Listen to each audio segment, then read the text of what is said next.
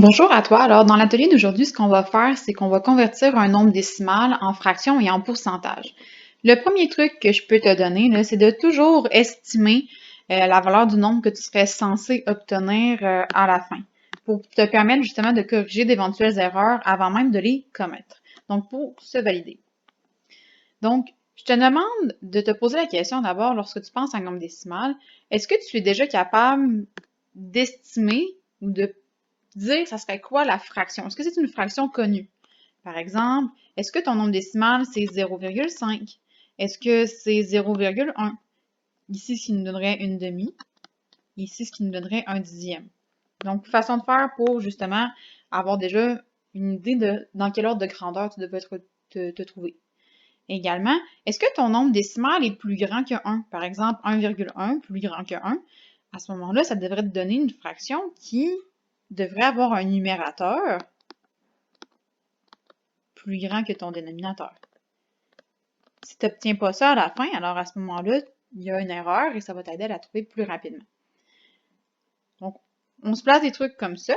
Par rapport au pourcentage aussi, même chose. Est-ce que ton nombre décimal est plus grand que 100? Si par exemple, tu as 1,1, c'est plus grand que 1, alors ton pourcentage que tu dois trouver va être plus grand que 100%.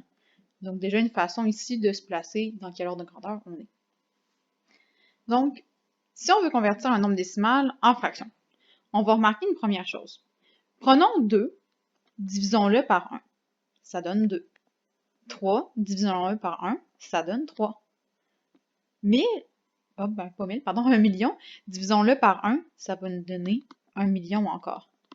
On remarque ici que la division par 1, ça ne change rien.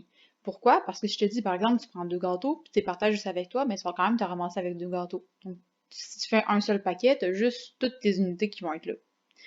Donc, on peut toujours écrire un nombre décimal de cette façon-là en fraction. C'est-à-dire, si je me prends 0,5 ici, je le divise par 1, je peux le réécrire comme ça. Je peux le réécrire comme ça, c'est un abus de langage. Il faut faire attention ici. Je ne pourrais pas écrire de nombre à virgule, de nombres décimaux dans une fraction parce que c'est une convention qu'on va juste avoir des entiers là-dedans.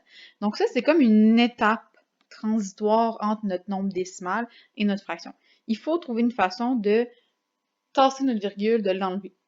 Donc, vu qu'on doit tasser notre virgule, ce qu'on va faire, c'est qu'on va grossir notre fraction. On va en trouver une qui va être équivalente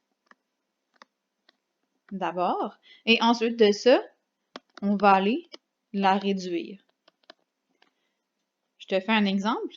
Si je prends 0,75 ou 75 centièmes, je peux l'écrire comme ça ici, parce qu'on s'est dit que la division par 1, ça ne change rien. On se rappelle que la fraction, c'est aussi une division. Ce que je peux vouloir faire ici, c'est compter, par exemple, le nombre de chiffres qu'il y a après la virgule. Donc ici, j'en ai 2. Donc je peux multiplier par 100. Parce que j'ai 2 zéros là-dedans, ça va tasser ma position de virgule de 2 positions. Donc ça va me donner 75 sur 100. Par la suite, je peux réduire ma fraction. Donc je sais ici que 75, ça se divise par 25. Même chose pour 100. Donc 75 divisé par 25, 3. 100 divisé par 25, 4. Est-ce que j'ai obtenu une fraction irréductible ici? La réponse est oui. Donc, façon de faire. Autre façon de faire ici maintenant, j'ai 0,875 sur 1. Je pourrais vouloir multiplier par 1000 parce que j'en ai 3 comme ça ici, en haut et en bas, là, quand j'ai multiplié par 1000 pour les tasser, même chose ici. Sauf que ça va donner quand même quelque chose de très très gros. Ce que j'ai vu faire par un des élèves, c'est que cet élève-là, ce qu'il a fait, c'est qu'il a décidé de commencer plus petit. Donc 0,875 sur 1, par exemple, lui, il avait décidé de multiplier par 2. Donc là, on peut se faire notre calcul comme ça ici. 0,875 multiplié par 2, ça fait 10. Ça fait 14, 15. 2 fois 8, 16, plus 1 va nous donner 17. Je viens placer ma virgule ici après. Donc là, j'obtiens 1,750 sur 2. Et je continue comme ça jusqu'à temps que j'obtienne quelque chose de rond. Donc là, ici, le 0, je peux l'enlever parce que j'en ai pas besoin. Le 0 ne change rien. Donc là, j'ai 1,75 sur 2. OK, je peux voir. 1,75 fois encore 2, par exemple. Je veux éliminer. 10, 14, 15,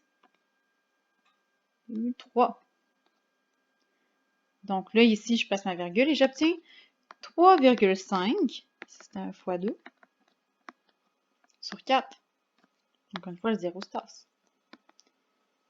Et je peux refaire le même processus, donc 3,5 fois 2, ici, qui va me donner 7 au final. Donc, fois 2 fois 2, 7 sur 8. Autre façon de faire, sans avoir à travailler dans les puissances de 10, dans les 1000, dans les 100, dans les 10. Je passe maintenant à la prochaine conversion, c'est-à-dire de décimale en pourcentage. Pour convertir de décimale en pourcentage, ça va être très pratique de connaître notre tableau des positions numériques. Donc, si je te trace ton tableau des positions numériques, ici, si je place 0,33, je sais que j'ai 0 unité. Ensuite, ma virgule va aller ici. 3, 3. Lorsqu'on parle de pourcentage, on peut toujours exprimer notre fraction sur 100. Et je vais te faire un petit lien. Si, par exemple, ici, tu dis 1 sur 5, tu dis aussi 1 cinquième. On peut aussi dire, ici, 1 sixième, 1 septième. Alors, pour 1 sur 100, on va dire 1 centième. Et c'est là que ça va te permettre de venir placer la ligne pour lorsque tu vas avoir à transférer un nombre décimal en pourcentage. Ta virgule pour ton nombre pourcentage, elle se tasse de 2 positions. Donc, elle s'en vient ici. Et c'est là que tu vas pouvoir mettre en même temps ton symbole de pourcentage par la suite. Donc, ici, 33 centièmes nous donnerait 33 sur 100, 33 centièmes, ou 33%. Je leur fais l'exemple avec celui-ci. Donc, 1,475 millième. Mon 1 s'en va à unité, mon 4 à dixième, mon 7 à centième et mon 5 à millième. Je place ma virgule ici pour mes centièmes, entre mes centièmes et mes millièmes, et j'obtiens donc 147,5%. Ça vient bel et bien correspondre avec l'idée que j'ai un nombre qui est plus grand que 1, donc 1,475 est plus grand que 1, et 147,5 est bel et bien, en pourcentage, pardon, est bel et bien plus grand que 100%. Autre façon de faire ici, comme tu peux toujours diviser par 1, tu peux toujours réécrire ton nombre décimal en fractions dont le dénominateur est 1 et trouver une fraction équivalente avec donc 100 comme dénominateur. 0,33 sur 1. Ici, je veux lui trouver une fraction équivalente, par exemple, sur 100. Donc, par quoi je multiplie ici pour obtenir 100? Par 100, en haut et en bas. Donc, vu que je vais multiplier par 100, je tasse ma virgule 2 fois, 33. 1,475 sur 1, fraction équivalente sur 100, multiplié par 100, en haut et en bas. Je tasse ma virgule 2 fois, 147,5 et 147,5 sur 100, pardon. Donc, ça fait le tour sur la conversion de nombres décimaux à fractions et de nombres décimaux à pourcentage.